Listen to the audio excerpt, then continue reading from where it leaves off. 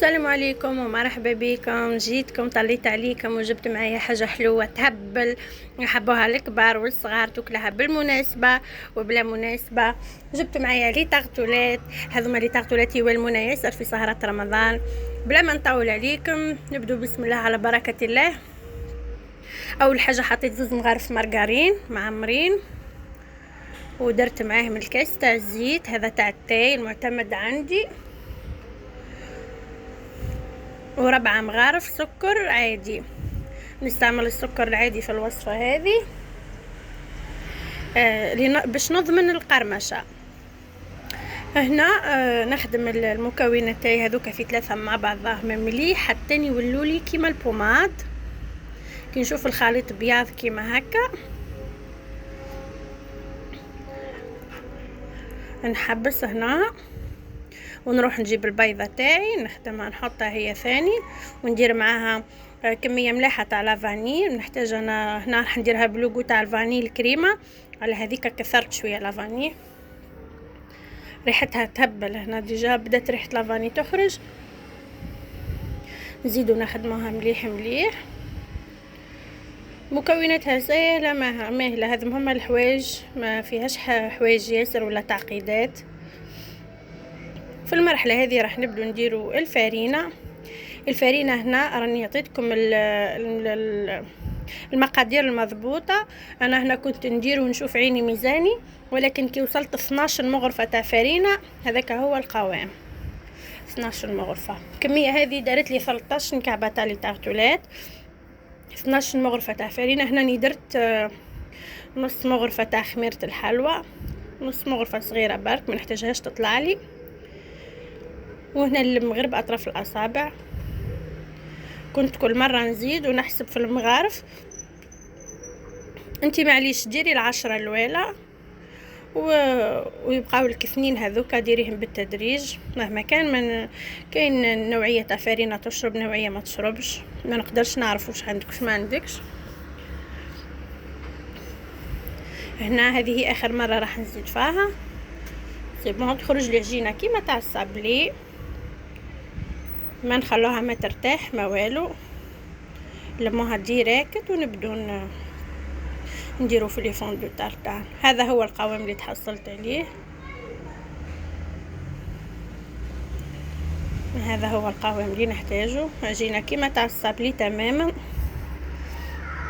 ثم بعد بديت ندير فيها، ما نخلوها ما ترتاح، ما نغطوها ما والو. ثم بعد نبدو نشكلوا فيها كيما هكا. نتبعوا بركه المول بشويه، ما نرقوش ياسر الاطراف باه ما تتفتتلناش من بعد كي نجو نحاها، وما نخشنوهاش ثاني باه ما تجيناش معجنه وتبان هكا طبقه خشينه. بشويه نحاولوا ان نعطوها نفس الحجم. توالم ياسر هذه لسهره رمضان. الناس اللي تحب التحضيرات المسبقه وما عندهاش الوقت تقدري ديري كميه، ضاعفي المقادير 2 ولا 3، ديري كميه لاباس بها وخبي في الكونجيلاتور واجبدي وقت اللي تحتاجي. كملت الكميه اللي عندي كل، وما ننساش قبل ما ندخلها للفور ديجا كنت حطيت الفور هنا يسخن نثقب الكعبات تاعي كل، ودخلتها على فور سخون مده 10 دقائق هكاك. درتها من تحت حتى ولات لي دوري، وعاود شعلت عليها 2 ولا 3 دقائق من فوق حتى حمارت. هذه هي النتيجه. هذه حتى من السكر عنده سر في التحميره هذه، السكر الاحرش يعطيك التحميره هذه على السكر الارطب. جوني هبلوا ما شاء الله، ما تفتوا ما راحوا ما جاو كيما راهم. ها دركا نبدا في الكريمه تاعي. الكريمه سهله ماهله ما فيها والو. 3 مغارف سكر عادي، و3 مغارف نشا، وعندي نص إطرة حليب.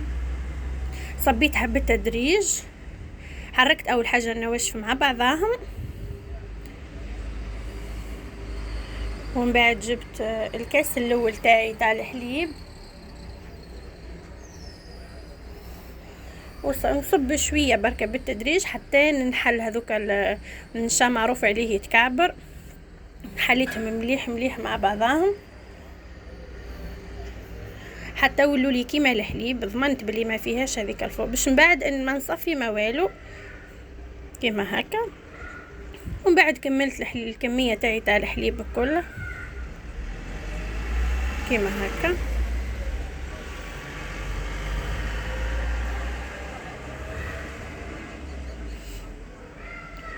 حطيتها فوق نار، والحاجه اللي هنا لازم ملي نحطها فوق النار وانا نحرك فيها حتى تعقد وتنشف وتوصل للقوام اللي انا نحتاجه.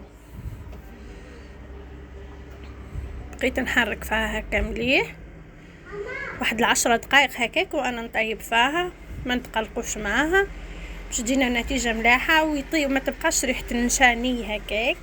نقصوا عليها النار ونبقوا نحركوا ونطيبوا بعقولنا.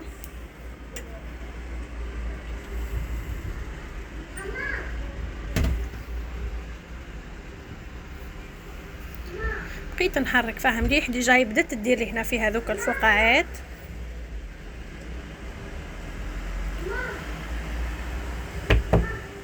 كي كملت هنا طابت وهي هكاك سخونه، زدت لها باكي تاع فلون ورا ذوق الفاني.